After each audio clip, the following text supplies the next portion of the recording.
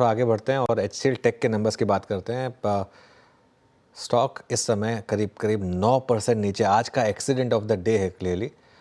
Q3 में company की dollar revenue 2.6% बढ़ी है, कांस्टेंट करेंसी रेवेन्यू ग्रोथ 3.8% रही है, जो अनुमान से थोड़ा कम है। कंपनी ने रेवेन्यू ग्रोथ गाइडेंस के अपर बैंड में कोई बदलाव नहीं किया, लेकिन लोअर बैंड बढ़ाया है। मार्जिन अनुमान से थोड़े से बेटर रहे हैं। हमारे साथ बातचीत करने के लिए HCL टेक के CFO शिव वालिया और CPO रामचंद्रन सुंदरराजन जुड़े हैं। गुड मॉर्निंग आप दोनों को। मैं शुरुआत करता हूँ शिव वालिया जी के साथ।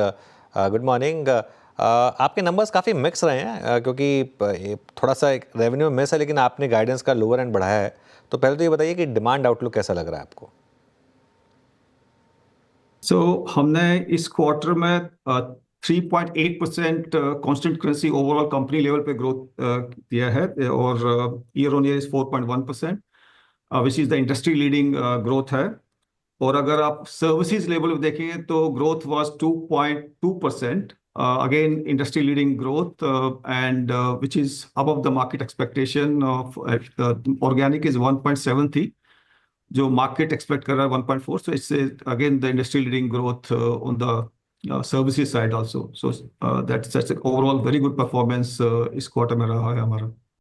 ओके, वर्टिकल्स में आपको क्या डिमांड पिकअप दिखाई दे रहा है, अगर कुछ उसके बारे में बता पाएं, और स्पेशली आपके गाइडेंस और आउटलुक के बारे में? आई थिंक एक ब्रॉड बेस ग्रोथ देखने को मिल रहा है हमें.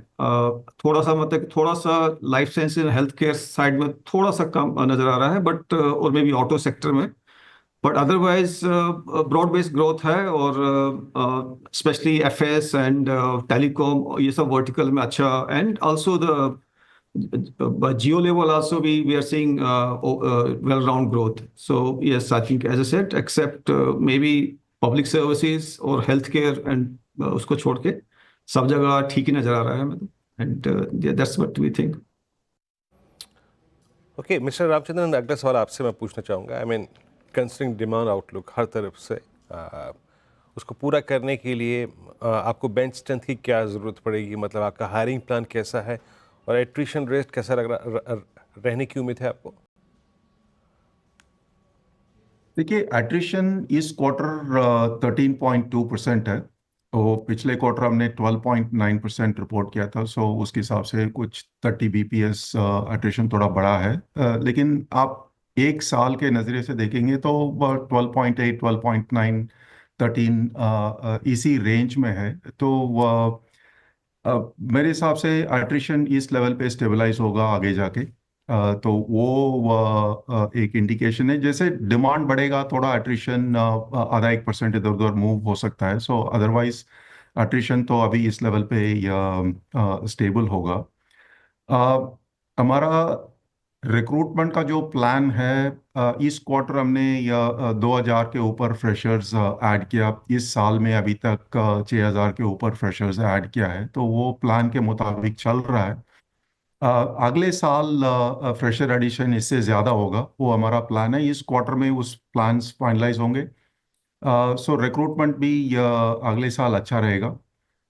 जहाँ तक वेज हाइक का सवाल है, इस साल हमने जो किया है, लास्ट क्वार्टर हमने जो प्रोजेक्ट किया था, 65 to 80 BPS मार्जिन पे असर पड़ेगा वेज हाइक की वजह से. वो अभी एक्चुअल्स हमारे सामने है. 80 BPS का असर पड़ा है वेज हाइक के वजह से. अगले क्वार्टर में भी मिड और सीनियर मैनेजमेंट का जो वेज हाइक होगा उसका कुछ 50 से 60 BPS का असर पड़ेगा. तो वो ट्रेंड भी ऐसा ही रहेगा अगले साल भी. अभी तक तो अगले साल का वेज हाइक के बारे में कुछ प्लान नहीं किया है. तो वो जब अगले साल का बजट फाइनलाइज होगा उस समय या वेज हाइक के बारे में या डिसीजन निर्णय करेंगे उस समय. अच्छा मिस्टर वालिया, आपने एक बात कही है जो कि आपकी कॉन्फ्रेंस कॉल में भी कही गई थी कि छोटी डील्स जो है वो ज़्यादा क्रैक हो रही हैं, वहाँ अट्रैक्शन ज़्यादा है.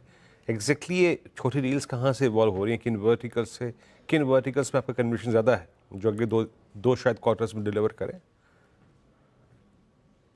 As we said, all round traction नजर आ रहा है, led by telecom और maybe high tech, और BFSI में तो रह ही रहा है, अच्छा ट्रैक्शन चल रहा है.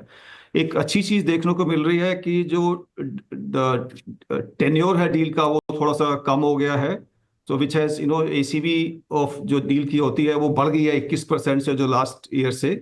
सो which is a sign that means थोड़ा सा जो लास्ट डील है उसको थोड़ा सा डिले लग रहा है, बट होता क्या है कि अगर एसीबी आपकी बढ़ती है तो इसका मतलब कि रेवेन्यू जो आपको आएगा जल्दी आएगा। So that is a good sign. That's a good indication. So yeah, otherwise deal pipeline is all-time high. I think एक बार हुआ था पहले जहां हमने लास्ट डील अनाउंस किया था। Otherwise it's very good for us and we are quite hopeful कि अगले क्वार्टर में अच्छा डील विन होगा हमारे पास। ओके, चलिए आप दोनों का बहुत बहुत शुक्रिया आज हमारे साथ जुड़ने के लिए। ये था HCL टेक, स्टॉक अभी भी काफ़ी नीचे, लेकिन मीनवाइल एक